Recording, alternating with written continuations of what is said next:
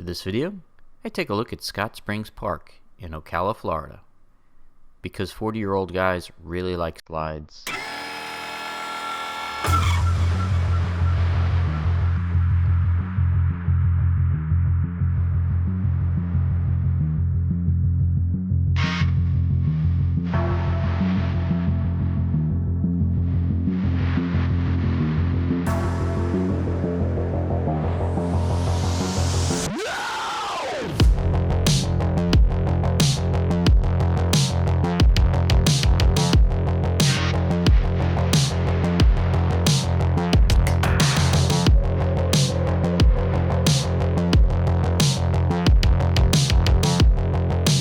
For this adventure, I decided to head down to Ocala, Florida, and right now I'm walking around Scott Springs Park.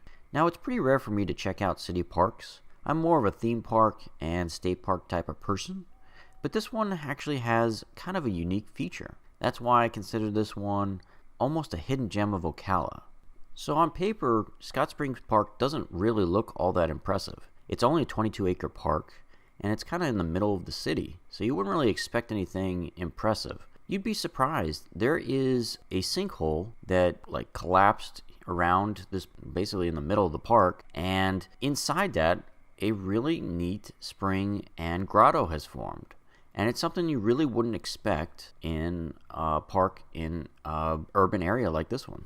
A couple important points I'd like to cover first about this park is, number one, it's got free admission. For somebody who's been to a lot of state parks recently, filming for this YouTube channel, most state parks, the admission is about $2 to $5, which isn't too bad.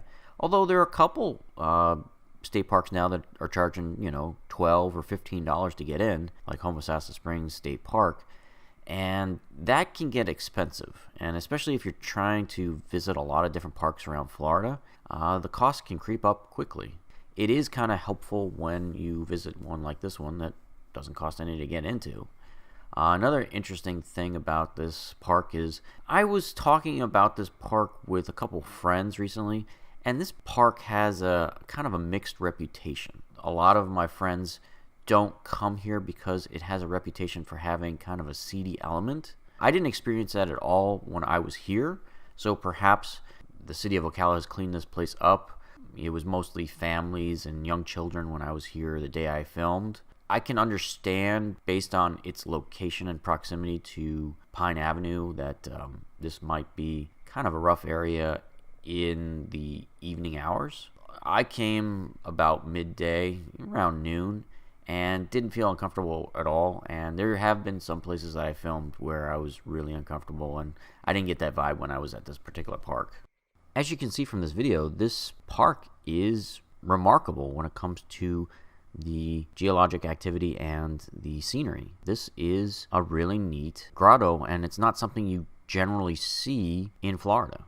There are many state parks that get really proud of their springs, and none of them look as impressive as this one when it comes to the rock formations and the caves and all that other stuff. And it's amazing how some of them really brag about certain things, and you just go there and it's more or less just a big pond.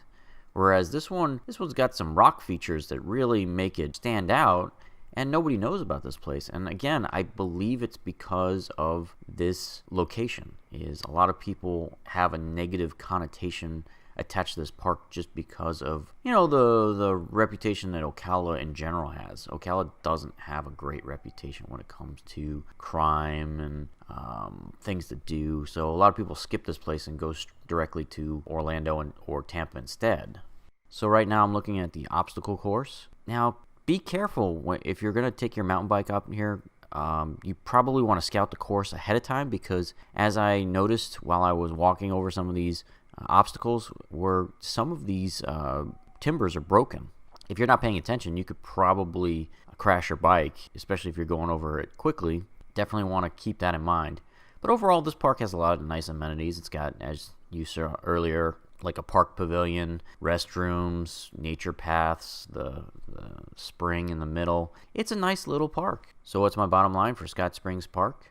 I'm not sure this park is worth a drive if you're traveling more than, say, 25 miles or so. But if you're already in the vicinity of Ocala, it's definitely worth checking out. I also think that this has a pretty impressive spring in the middle of the park and compares favorably to the Devil's Millhopper State Park in Gainesville. If you are in Ocala and thinking about driving up to Gainesville to see the Devil's Millhopper, I would check out this one first. If you enjoyed today's episode, don't forget to like and subscribe.